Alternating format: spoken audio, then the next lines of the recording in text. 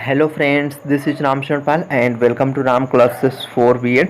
तो फ्रेंड्स, कैसे हैं आप सब? आई होप आप सब बढ़िया होंगे। आज का जो हम लोग टॉपिक पढ़ेंगे समकालीन भारतीय शिक्षा में गोखले बिल 1911, ठीक है, 1910-11, राइट है। ये बहुत इंपॉर्टेंट टॉपिक है आप लोगों के लिए, क्योंकि ये 16 नंबर में कभी कभी आ जाता है। अच्छे तरीके से समझेंगे, छोटा सा टॉपिक है, आप लोगों को एक बार समझाऊंगा, समझ में आ जाएगा आई होप, ठीक है। वीडियो अच्छी लगे तो लाइक करना, ना अच्छी लगे तो लाइक मत करना, ठीक है। और डिस्क्रिप्शन बॉक्स में मैंने टेलीग्राम ग्रुप लिंक दे रखी है, आप वहाँ से टेलीग्राम ग्रुप ज्वाइन कर लीजिएगा। कोई टेक्निकल इशू आती है टेलीग्राम ग्रुप ज्वाइन करने में तो आप मतलब सर्च कर लेना राम क्लासेस फॉर बीएड, मतलब जो मेरे चैनल का नाम है उसे ही आप लोग सर्च कर लेना, मिल जाएगी। दो चीज़ें और आप लोगों को बतानी है, काफ़ी इंपॉर्टेंट रहेंगी आप लोगों के लिए, ठीक। अगर आप सीरियसली पढ़ रहे हो सीरियसली, ठीक है, तो आप लोग लास्ट में मैं उसके बारे में बताऊंगा आप लोगों को, ठीक है। तो हम लोग वीडियो की शुरुआत करते हैं, क्योंकि आप लोग मतलब थोड़ा सा ऐसा लगता होगा ना कि शुरुआत का ज़्यादा टाइम निकल जाता है इस चीज़ में, तो मैं ये नहीं चाहता हूँ, ठीक है। अगर आप सच में मतलब चाहते तो आप लास्ट तक देखेंगे इस चीज़ को, ना क्या मैं मतलब ज़रूरी बात आप लोगों को बताना चाहता था। गोखले बिल 1911, ठीक है। गोखले ऑक्यूपेशन थे, एक प्रोफेसर थे, वो पॉलिटिशियन थे, सोशल रिफॉर्मर, मतलब एक समाज सुधारक थे। तो बेसिकली अगर हम बात करें तो सबसे पहले हम इसका मतलब बेसिक मतलब हम समझा देते हैं, ताकि आपका मतलब कॉन्सेप्ट क्लियर हो सके, आपको समझ में आ सके ये गोखले बिल क्यों आया था, क्या था, किस लिए, ठीक है। वो सारी चीज़ें आपकी अच्छे तरीके से समझ जाओगे। तो कहानी के रूप में समझाते हैं इसे। तो ये बेसिकली बिल बनाया गया था प्राइमरी एजुकेशन को फ्री और कंपलसरी कराने के लिए, और ये बिल लाए थे, कौन लाए थे? गोपाल कृष्ण गोखले। गोपाल कृष्ण गोखले एक राष्ट्रप्रेमी थे, और ये इस बात को जानते थे कि जब तक सभी भारतीयों को शिक्षित नहीं किया जाएगा तब तक हम स्वतंत्र नहीं हो सकते, राइट है। तो इन्होंने जो लॉर्ड कर्जन की शिक्षा नीति थी, मतलब ठीक है, तो लॉर्ड कर्जन का इन्होंने खुलकर विरोध किया था। उसी समय के एक व्यक्ति हैं बड़ौदा राज्य के, वो हैं मतलब महाराजा कुछ ऐसे करके, महाराजा गायक वाड़ करके, ठीक है, शिवाजी राव। तो इन्होंने पूरे बड़ौदा में अगर हम बात करें सभी बच्चों के लिए प्राथमिक शिक्षा अनिवार्य कर दी थी। इन्होंने इसमें मतलब सफलता भी प्राप्त की थी। तो गोखले मतलब जो गोपाल कृष्ण गोखले हैं, उनके मन में एक सवाल उठता है कि जब बड़ौदा राज्य मतलब इस कार्य को कर सकता है, तो फिर हमारी सरकार जो है, मतलब ये जो अंग्रेजी सरकार है, इस कार्य को क्यों नहीं कर सकती, ठीक है। कार्य क्या है? कार्य ये है मतलब सभी बच्चों के लिए प्राथमिक शिक्षा मतलब अनिवार्य कर दी जाए, है ना, निःशुल्क, और वो वाली चीज़ थी। तो ये चीज़ थी, इनके मन में ये सवाल उठता है, ठीक है, कि जब मतलब उनकी सरकार ऐसा कर सकती तो हमारी सरकार क्यों नहीं कर सकती, ये जो अंग्रेजी सरकार है ये ऐसा क्यों नहीं कर सकती। तब ये निःशुल्क और अनिवार्य प्राथमिक शिक्षा के संबंध में अपने प्रयास शुरू कर देते हैं। फिर गोपाल कृष्ण गोखले मतलब 19 मार्च 1910 को केंद्रीय धारा सभा अगर हम बात करें, उसमें अनिवार्य एवं निःशुल्क प्राथमिक शिक्षा के संबंध में प्रस्ताव पेश करते हैं।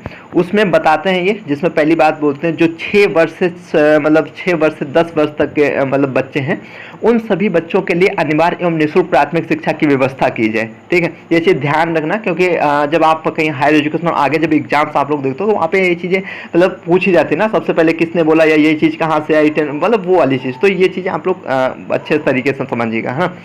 तो इन्होंने जो पहला बात बोलो, वो 6 से मतलब 10 वर्ष तक के जो बच्चे हैं उन सभी बच्चों के लिए अनिवार्य एवं निःशुल्क प्राथमिक शिक्षा की व्यवस्था की जाए। जो दूसरा बोला था, और केंद्र में प्राथमिक शिक्षा विभाग खोले जाए, और उस पर नियंत्रण के लिए शिक्षा सचिव की भी नियुक्ति की जाए, ठीक है। ये है, और 2-4 बातें पेश करते हैं। फिर क्या होता है, इस प्रस्ताव पर मतलब चर्चा होती है, और ज़्यादातर जो मतलब सदस्य थे गोखले के प्रस्ताव से सहमत भी हुए, और सरकार ने इन प्रस्तावों को लागू करने का आश्वासन दिया, जिसके फलस्वरूप प्राथमिक शिक्षा विभाग की भी स्थापना हुई। शिक्षा सचिव की नियुक्ति की गई, लेकिन प्राथमिक शिक्षा अनिवार्य एवं निःशुल्क के सामने मतलब अगर हम बात करें मतलब प्राथमिक शिक्षा को अनिवार्य एवं निःशुल्क बनाने के लिए कोई कार्य नहीं किया गया। तो फिर गोखले जी अपने प्रस्ताव को विधेयक मतलब एक बिल के रूप में 16 मार्च 1911 को केंद्रीय धारा सभा में प्रस्तुत करते हैं। फिर इस बिल पर मतलब चर्चा होती है, बहस होती है।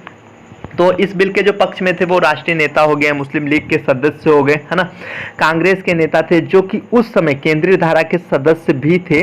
लेकिन भारतीय सरकार के सदस्यों ने इस बिल का विरोध किया, और जो भारतीय रियासतों के सदस्य थे मतलब ठीक है, उन्होंने भी इसका विरोध किया, जिसके कारण ये बिल क्या होता है, 13 पक्ष अभी मैं आप लोगों को इसमें बताऊंगा, और 38 विपक्ष के मतों के साथ मतलब अस्वीकार कर दिया जाता है। तो ये था गोखले बिल 1910। हाँ, वो अलग की बात रही कि ये बिल पास नहीं हो सका, लेकिन इस बात को भी हम नहीं कह सकते हैं कि गोखले के प्रयास निष्फल हुई, क्योंकि उन्होंने अगर हम बात करें तो उनके द्वारा जो दिए गए बिल के मतलब पक्ष में दिए गए थे सुझाव थे ब्रिटिश सरकार में, ठीक है, वो हलचल एकदम से पैदा कर दिया ना, और वे सोचने लगे थे कि जो प्राथमिक शिक्षा है, प्राथमिक शिक्षा की जो पुरानी नीतियां हैं उनको छोड़कर मतलब हमें नई नीतियां अपनानी होंगी, बनानी होंगी और जन साधारण की शिक्षा की तरफ विशेष ध्यान देना होगा, है ना। तो काफ़ी वो हो गया था, तो इसलिए सरकार ने प्राथमिक शिक्षा के लिए दिया जाने वाला जो अनुदान था उसे भी बढ़ा देती है और नए स्कूल जैसे अध्यापक के वेतन को भी बढ़ाया गया, प्रशिक्षण ट्रेनिंग की भी मतलब व्यवस्था की गई, है ना।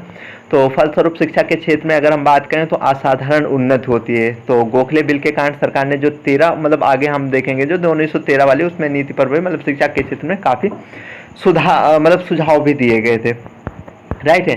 तो ये था गोखले बिल। आई होप आप लोगों को समझ में आया होगा। अब हम इसे देख लेते हैं, है ना। कहानी कैसी लगी कमेंट करके बता सकता हूँ। भारत में राष्ट्रीय शिक्षा नीति का मतलब राष्ट्रीय चेतना का विकास गोपाल कृष्ण गोखले। तो गोपाल कृष्ण गोखले एक ऑक्यूपेशन थे, प्रोफेसर थे, पॉलिटिशियन थे, सोशल रिफॉर्मर मतलब एक समाज सुधारक थे। जन्म 9 मई 1866 भारत के गैलिस्टोन। ये महात्मा गांधी के राजनीतिक गुरु भी हैं, है ना। गोखले केंद्रीय धारा सभा के सदस्य, अनिवार्य एवं निःशुल्क प्राथमिक शिक्षा के क्षेत्र में अग्रणी नाम। 2 नाम कौन कौन से हैं ये मतलब यहाँ पे मैंने इस तरीके से यार मतलब नोट्स बनाए हुए हैं ताकि आपको ये नहीं कि आपका बीएड ही चल जाए, ठीक है, बीएड में काम नहीं, आप आगे कहीं भी जाओगे जहाँ भी आपका मतलब जैसे मतलब सब्जेक्ट देखने को मिलेंगे सब मैंने निचोड़ मतलब निकाल के रख रखा। आप कहीं से भी पूछ लो, बस आपने पढ़ा हो, मतलब मेरे नोट्स पढ़े हों, ठीक है, आपको पता है। और हाँ, जो स्टूडेंट्स नोट्स लेना चाहते हैं वो मुझे व्हाट्सअप कर सकते हैं। व्हाट्सअप नंबर आप लोगों को डिस्क्रिप्शन बॉक्स में मिल जाएगा और स्क्रीन पे भी दिख रहा होगा, ठीक है। तो उसके लिए आप मुझे व्हाट्सअप कर सकते हैं। प्रथम बार गोखले ने अपना अनिवार्य एवं निःशुल्क प्राथमिक शिक्षा के संबंध में विधेयक 19 मार्च 1910 में प्रस्तुत किया। सिर्फ आश्वासन मिला लेकिन कोई विचार नहीं किया गया था। गोखले का कथन है, अशिक्षित तथा अज्ञानी राष्ट्र कदापि वास्तविक उन्नति नहीं कर सकता और जीवन की दौड़ में अवश्य ही पीछे रह जाएगा। ये किसका कथन है? ये कथन पूछ लेता है जब आप कंपटीशन वगैरह में जहाँ ये होते हैं ना, वहाँ मैंने बताया है ना।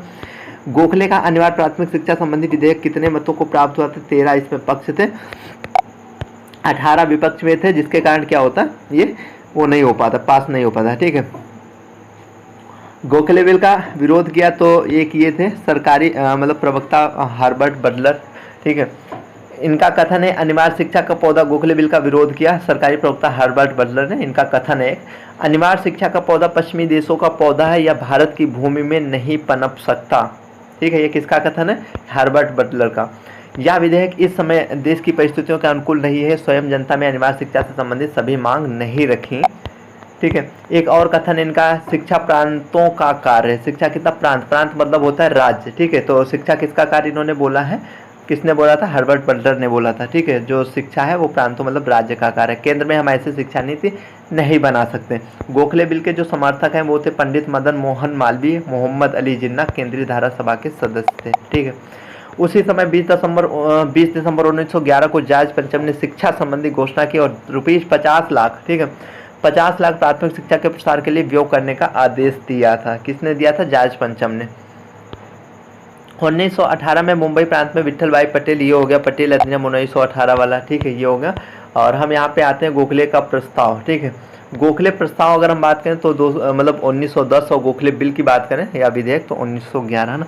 गोखले का प्रस्ताव 1910 गोपाल कृष्ण गोखले ने 19 मार्च कब दिया था? 19 मार्च 1910 को केंद्रीय धारा सभा में अनिवार्य एवं निःशुल्क शिक्षा के संबंध में जो प्रस्ताव पेश किया वो इस प्रकार था। अभी मैंने आप लोगों को कहानी के रूप में बताया था। 5 से 10 वर्ष तक के सभी बच्चों के लिए अनिवार्य एवं निःशुल्क प्राथमिक शिक्षा जो निःशुल्क शिक्षा की व्यवस्था की जाए। केंद्र में प्राथमिक शिक्षा विभाग खोले जाए जो प्राथमिक शिक्षा की व्यवस्था करें। प्राथमिक शिक्षा पर नियंत्रण के लिए शिक्षा सचिव की नियुक्ति की जाए। प्राथमिक शिक्षा की शैक्षिक स्थिति को वार्षिक बजट प्रस्तुत करने के समय प्रस्तुत किया जाए। पूरी देश में अनिवार्य एवं निःशुल्क प्राथमिक शिक्षा का कार्य तुरंत किया जाए, ठीक है। तो ये प्रस्ताव में ये सभी बातें कही गई थी, ठीक है।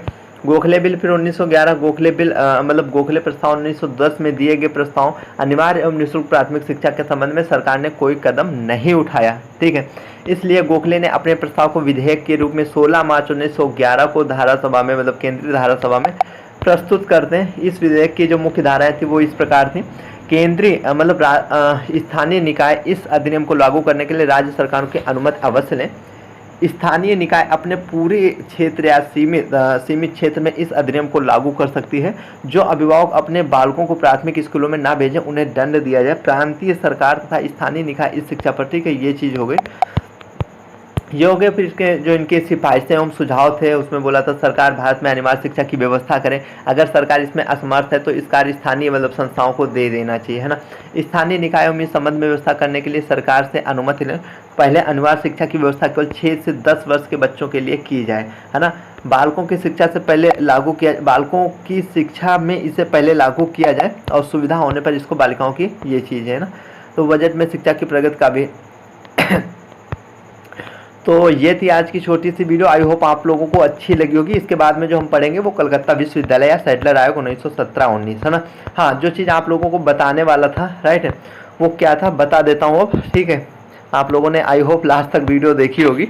तो इसमें इस चीज़ के बारे में, हाँ, नोट्स के बारे में भी बता देता हूँ आप लोगों को। टेलीग्राम के बारे में मैंने बता दिया था, फिर से बता देता हूँ। टेलीग्राम ग्रुप ज्वाइन कर लीजिएगा, लिंक डिस्क्रिप्शन बॉक्स में।